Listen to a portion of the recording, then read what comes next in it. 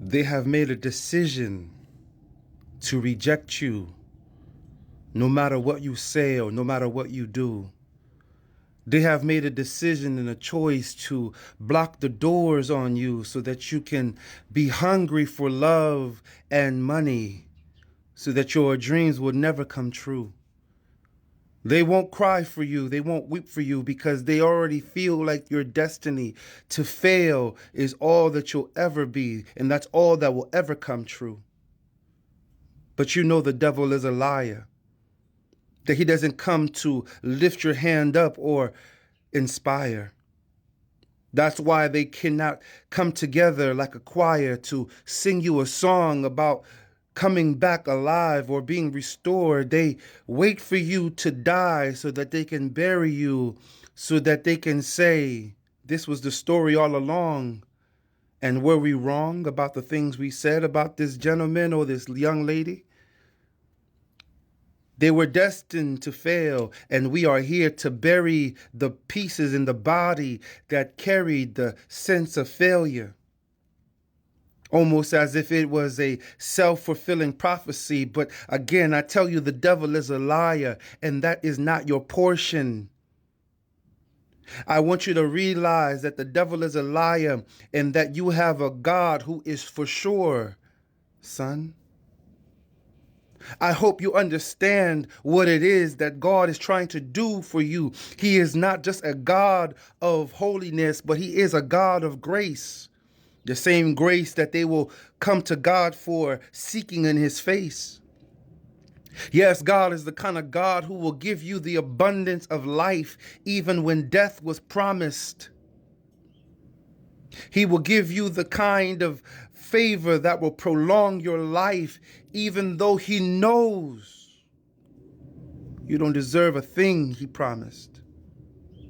The kind of good things that he tried to give you, like a joyful heart and a peaceful mind. Now you're living in anxiety and chaotic, all inside of that restless mind, because the things that you took time to do was the very thing that broke your mind. Now you are decaying from within because of the sin that he promised you would try to kill you from within. We thought he was going to destroy us with our bodies, but he destroyed us from within. Now we are waiting and clocking the time our body will collapse from the anxiety of what's going on mentally, and we can't seem to come out of this thing called poverty because we're chained up in the chaos of what it's been, that unholy sin. The greed and selfishness all seep inside of you. And you acting like you ain't got no clue. Because there's a narcissistic idea when you live a life of sin. And we're not talking about the ones you can see clearly, like sleeping in the club and doing things that are so naughty. You know it's not right. You know it's not good. But what about the ones that no one can see, not even the hood? Like, I don't see nothing, I don't know nothing, even though I know you out there robbing. I know that you're cheating and stealing and doing the things that the devil said he would be doing, and you are the characteristic that he's using. And yes, we all know it, but we don't say nothing about it because we like the greed and the selfishness that lives in our own community, because we've come to custom to the things that we know is detrimental.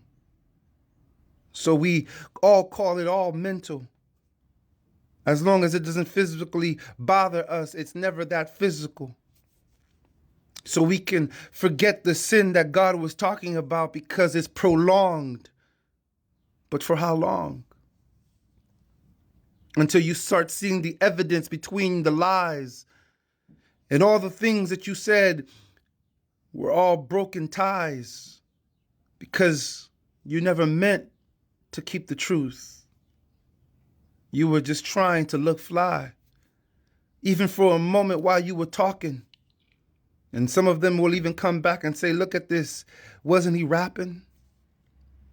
It was poetry revealing the truth. Even if you didn't want to hear it, it was holding you.